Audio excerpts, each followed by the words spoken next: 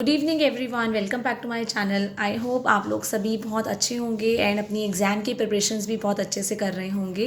Yes, मैं आपके comments पढ़ पा रही हूँ और आपके कमेंट्स पढ़ के ही मैं ये वीडियो तक आई हूँ कि you are facing so much difficulty while preparing for DSSB exams. I know, मुझे पता है कई बार हम लोगों का एक दिन तो ऐसा होता है कि हमें बहुत ज़्यादा पढ़ने का मन करता है और अगले 2 दिन ऐसे आते हैं कि हमें एक्चुअली में बुक देखने का भी मन नहीं करता है। एंड इसका रीज़न क्या है? Basically stress. तो सबसे पहले आप रिलैक्स योर सेल्फ। आप लोगों को पता है कि जून के अंदर आप लोगों की DSSB की एग्ज़ाम्स डेट्स डेफिनेटली आ जाएंगी, इसीलिए सीरियस होना बहुत ज़रूरी है। आप लोगों को पता है कि आज 28 अप्रैल है। अगर हम अभी भी सीरियस नहीं होंगे तो उसके बाद जब बच्चे रिविज़न कर रहे होंगे बाकी के, तब आप लोग प्रिपरेशन कर रहे होंगे, तो that is very very difficult. पर आप लोगों के पास अभी भी टाइम बहुत ज़्यादा है। आपके पास आराम से 2 से ढाई महीने हैं जिसमें आप अपनी प्रिपरेशन कर सकते हैं। एंड कई बार मुझे ये भी पता है कि स्ट्रेस का एक्चुअली में क्या सिम्टम्स होते हैं कि आप लोगों को एग्जामिनेशन का स्ट्रेस है। एक दिन तो आप लोग रीजनिंग उठाते हैं, जनरली ये काफ़ी बच्चों के साथ होता है क्योंकि मेरे साथ भी हुआ था। हम 2-3 दिन रीजनिंग करते हैं, उसके बाद उसको वहीं पे छोड़ देते हैं और फिर लगता है चलो मैथ्स कर लेते हैं। फिर 2 दिन मैथ्स करते हैं, उससे बोर हो जाते हैं, फिर कहते हैं इंग्लिश। होपफुली अगर आप लोगों के साथ भी ऐसा होता है कि आप एक सब्जेक्ट पे ना टिक के बहुत ज़्यादा कंफ्यूज हो रहे हैं, तो ये सिर्फ आप लोगों का स्ट्रेस है, क्योंकि एक्चुअली में आप लोगों ने अपनी प्रॉपर स्ट्रैटेजी बनाई ही नहीं है पढ़ने की। और आप लोगों को स्ट्रैटेजी बनाने की ज़रूरत है, अपना स्टडी प्लान बनाने की ज़रूरत है कि इतने दिन तक मैं ये पढ़ने वाला हूँ, इतने दिन तक मैं ये करने वाला हूँ। That is very very important. Otherwise अगर प्रॉपर स्केड्यूल ही नहीं होगा तो आपका टारगेट कैसे कंप्लीट होगा। तो आप लोगों ने मुझसे ये भी पूछा था कि मैथ्स में हम लोग कैसे प्रिपेयर कर सकते हैं। सी, मैथ्स अगर आप लोगों का एवरेज भी है, पर मैं हमेशा बोलूँगी आप लोगों को always start from basic and NCERT। सी, जब आप लोगों का वहाँ पे सिलेक्शन होगा DSSB में, चाहे PRT हो चाहे TGT हो, आप लोगों को ये तो पता है कि वहाँ पे आप लोगों को NCERTs ही पढ़ानी होंगी, राइट। तो इसीलिए अपनी जो प्रैक्टिस हो हमेशा, अगर आपका मैथ्स बिल्कुल ही ख़राब है तो फोर्थ की NCERT उठाना, फोर्थ से NCERT करना स्टार्ट कीजिए एंड कम से कम 9 तक की NCERT तो आपको करनी पड़ेगी फॉर जनरल पेपर 1।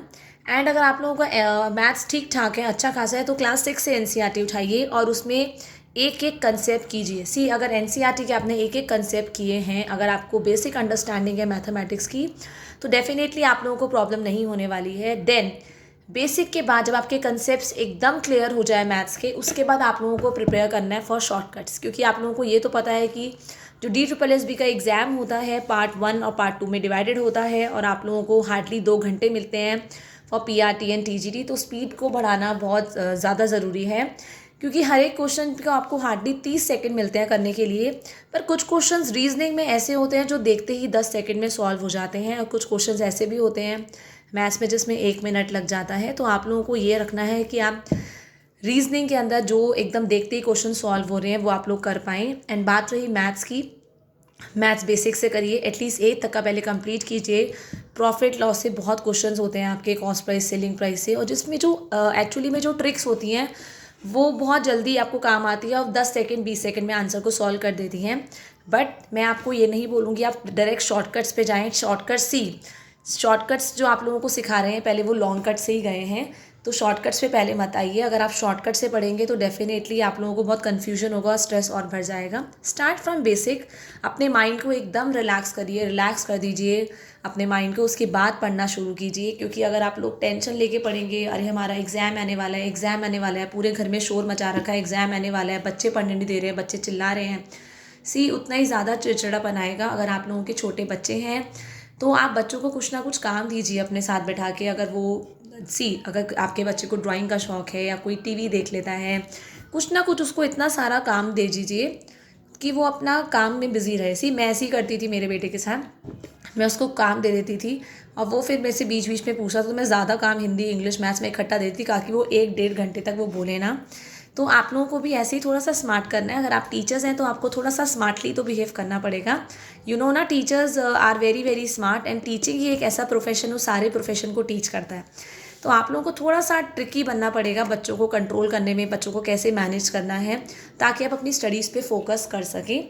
एंड उसके बाद जब आपकी लगता है कि NCERTs कंप्लीट हो गई हैं, आप लोगों को शॉर्टकट करने हैं, तो सी बायजूस का आपने ऐप का नाम ज़रूर सुना होगा। बायजूस में एक सर हैं जो अंकुर सर हैं, वो बहुत अच्छा मैथ्स कराते हैं। अगर आप लोगों को लिंक चाहिए होगा तो you tell me, I will copy paste the link in my description box. मैं आपको डेफिनेटली बताऊँगी। आई थिंक वो उनका नाम अंकुर चौधरी है।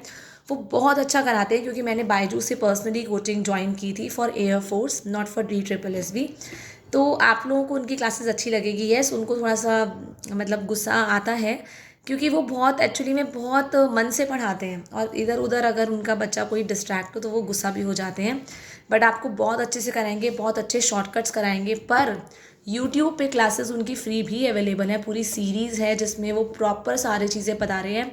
और जो आपकी पहली क्लास होगी वो नंबर सिस्टम से स्टार्ट हो रही है। तो लेकिन अपना पहले आप बेस स्ट्रॉन्ग कीजिए, टेक NCERT। जब आपका 8 तक का बेस पूरा क्लियर हो जाए देन गो फॉर शॉर्टकट्स, ठीक है। स्टिल अगर आपको कोई भी डाउट है, you can always ask me in the comment session. Thank you everyone, have a nice day.